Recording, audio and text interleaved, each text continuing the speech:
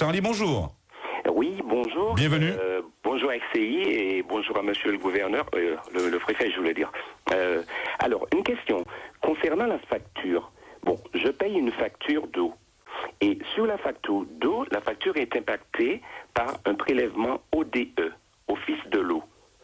Donc, ce sont des sommes qui sont prélevées pour l'entretien du réseau et tout ce qui est travaux sur le réseau.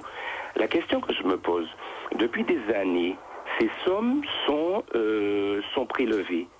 Où sont passées ces sommes, puisque nous ne voyons aucun travaux, nous ne voyons pas de travaux concrets sur le réseau en ce qui concerne l'assainissement du chlordécone. Donc, est-ce que monsieur le préfet se soucie de savoir est-ce que ces sommes sont allouées à leur but initial? Et deuxièmement, je voulais poser la question, est-il normal que ce soit le consommateur qui supporte sur sa facture la dépollution de l'eau à l'usine du Vivet? Partons du principe où il n'est pas l'auteur de cette pollution. Parce qu'à Vivet, ils ont installé des filtres quand c'était le conseil général par M. Lys, c'est une très bonne chose, mais sachant que ça élève le coût de l'eau, est-ce au consommateur, à part l'ODE, de repayer à nouveau cette somme? Et puis, quand bien même monsieur le préfet pourra nous dire que il a eu des prélèvements d'eau Moi, je suis sous le sud. Et par conséquent, monsieur le préfet et les fermiers savent très bien que quand bien même l'eau parte de Vivet, passe par le filtre, après filtre, l'eau est assainie sans aucun souci. Mais quand l'eau traverse, par exemple, la plaine de Riassal et les plaines du centre, on sait pertinemment que l'eau arrive dans nos robinets dans le sud avec un taux de chlordécone. Même si c'est un taux à minima, mais c'est pas normal que nous payons 100% de nos factures et que nous n'ayons pas une prestation à 100% en qualité. On va écouter les réponses du préfet sur tous ces points que tu viens d'aborder, Charlie. Monsieur le préfet, merci. Allez, bonne émission, Rodrigue. Merci, Charlie. Monsieur le préfet. Dans la question de Charlie, il y a deux choses. Il y a le traitement de l'eau contre la chlordécone. Aujourd'hui, donc, c'est pris en charge par la facture. Et il demande que ça puisse être pris en charge autrement que par l'usager.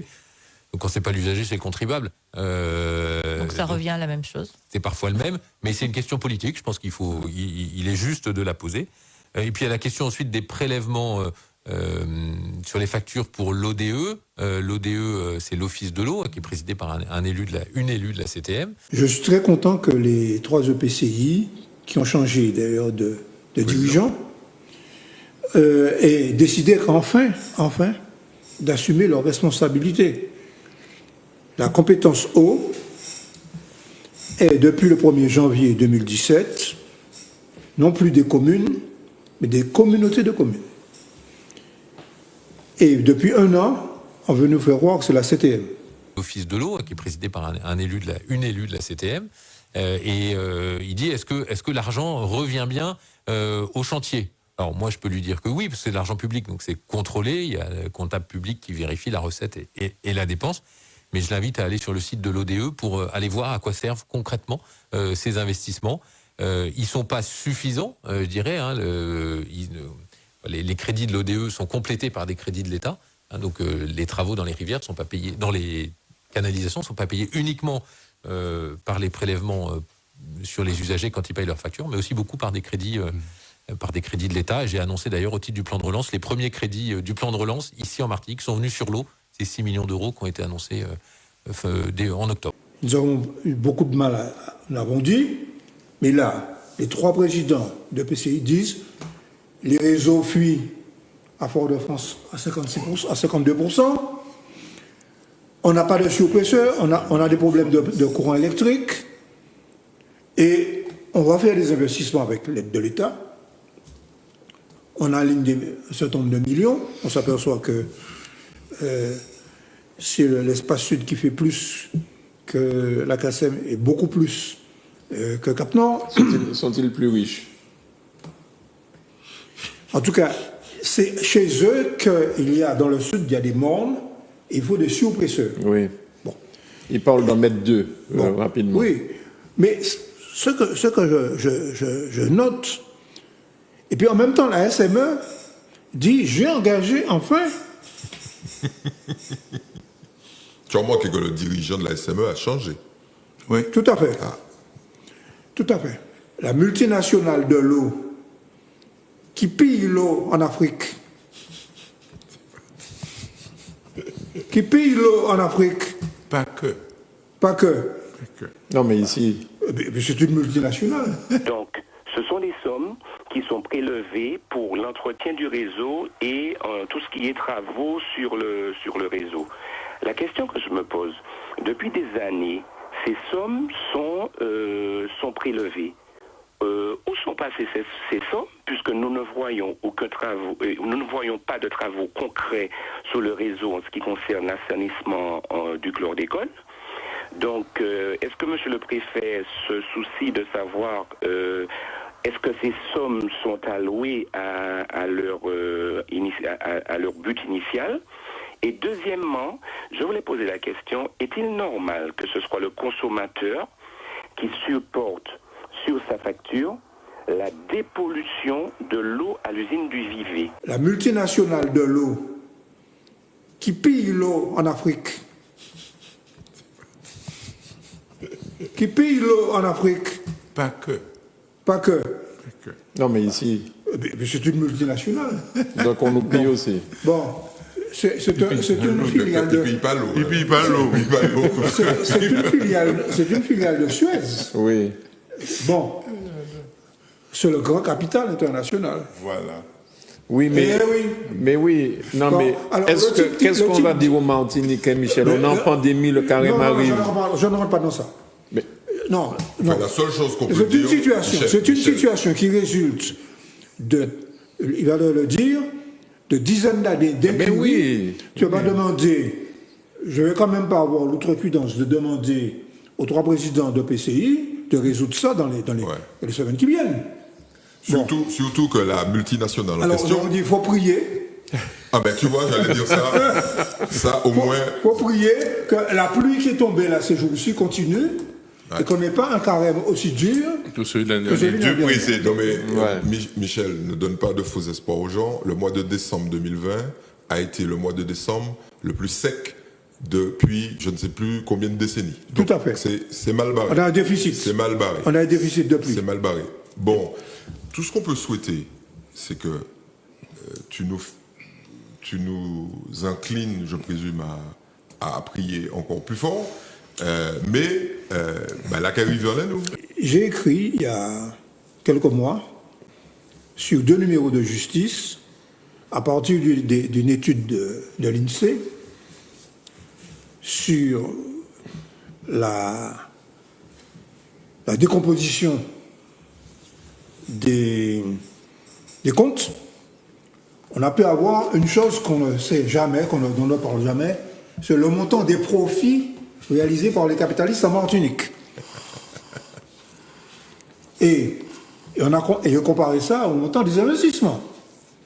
Bon, je ne rentre pas dans les détails.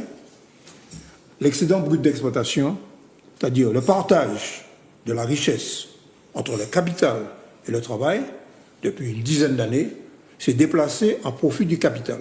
Dans le monde entier.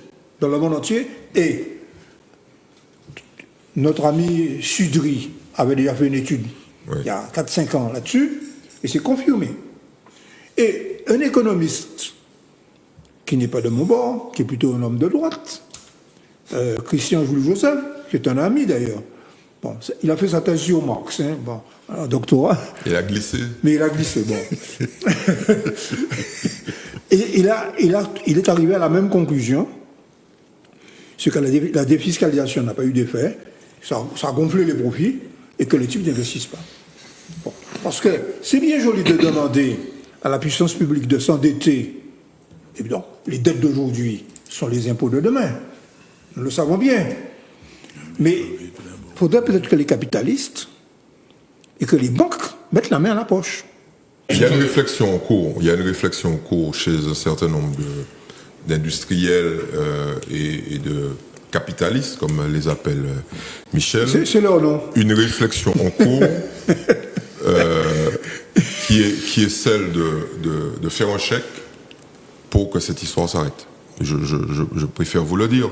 Cette réflexion, elle amène malgré tout un certain nombre de conséquences. Parce que pourquoi ces choses ne sont pas faites? C'est pas non plus la faute de ceux qui ont beaucoup, ou même de ceux qui n'ont pas beaucoup. Il y a un certain nombre de choses qui n'ont pas été faites et qui sont d'ordre politique, il faut le rappeler, mais aussi d'ordre, et c'est là que je rejoins Michel, d'ordre économique. Mais quand on donne à des multinationales, je vais pas faire un focus sur une multinationale en particulier, de l'argent pour réparer un réseau et qu'on s'aperçoit qu'au bout de 40 ans, il n'y a pas un centime qui a été investi. Je caricature, mais c'est ça. Où sont passés ces sommes, puisque nous ne voyons nous ne voyons pas de travaux concrets sur le réseau en ce qui concerne l'assainissement du chlordécone? On s'aperçoit qu'au bout de 40 ans, il n'y a pas un centime qui a été investi. Est-il normal que ce soit le consommateur qui supporte sur sa facture la dépollution de l'eau à l'usine du Vivet? Pas un centime qui a été investi. Je caricature, mais c'est ça. Pour rénover, alors que c'est dans la facture, il y a un choix politique majeur qui devrait être le suivant et qui a été fait dans un certain nombre de grandes villes françaises où les maires ont dit, attendez les mecs, on vous a donné du fric pendant des années pour réparer le réseau, vous l'avez pas réparé, donc c'est fini, on reprend le réseau. Exactement. Ok. Voilà. Et par contre, les politiques martiniquais, et on devrait se poser la question de pourquoi. Alors moi, je vais pas donner la réponse ce soir parce que j'en ai marre de me faire taper sur la tête. Mais si on creuse un peu, on comprendra qu'un certain nombre de politiques n'ont pas intérêt à reprendre le machin parce que les habitudes, on va dire ça comme ça, la consanguinité entre hommes politiques et multinationales a prévalu pendant des années dans ce pays. C'est aussi ça. Et ça, il faut le dire. Tu veux parler d'argent? Je n'ai rien dit. D'accord, Serge. Non, moi j'étais, quand j'ai vu les 3 présidents de PCI, bon, j'avais pas pensé à ça au moment, mais c'est maintenant, je me dis peut-être qu'il y a des gens qui ont prié pour que les 3 présidents de PCI se mettent ensemble, travaillent sur un sujet important et central. Donc j'ai trouvé ça très bien. Franchement, j'étais un peu abasourdi devant ma télé parce que c'est pas. Mais les trois présidents en question ont exprimé pendant leur campagne, pendant leur campagne politique pour être élus. Pas tous, ils n'ont pas tous guerroyé pour être élus, mais ils ont exprimé l'idée de rompre avec les pratiques du passé. Et d'autant que c'est un problème qui découle à la fois d'une grande nécessité et puis d'une normalité la plus élémentaire. Donner de l'eau aux gens, c'est l'un des premiers machins. Droit. C'est écrit. Au-delà de cette unité, on a vu, ce sont les déclarations de mon ami André Le Sieur qui m'ont fait vraiment plaisir. Enfin, je ne sais pas si c'était sur quelle télé, il a pas peut-être dit ça ailleurs parce que j'ai pas entendu Clémenté ou je m'en souviens pas. Et il a dit très clairement, il faut travailler à la mise en place d'une autorité unique de l'eau. Ce qui veut dire en bon français que si on a une autorité unique de l'eau, c'est nous qui gérons notre eau et que les multinationales qui sévissent depuis 40 ans, ils vont prendre de l'eau ailleurs. Et de l'argent. Pour être plus poli. Et je dis, bravo. Et si c'est un début, on nous continue. C'est la fin annoncée de pratiques de corruption. C'est la fin annoncée de pratiques de corruption. C'est la fin annoncée de la corruption. Alors, vous faites les louanges de président de PCI. Nous les connaissons tous autour de cette table. Mais il serait bon que vous les nommiez de manière à ce que les Martiniquaises et les Martiniquais sachent de qui on parle. À l'Espace Sud, il y a André Le Sieur, le maire de Rivière-Salée. À la CACEM, donc sur le centre, il y a le maire de Chelcher, Luc Louison Clémenté. Et sur Cap-Nord, il y a mon maire de Sainte-Marie, Bernard Bruno Nestor à 0.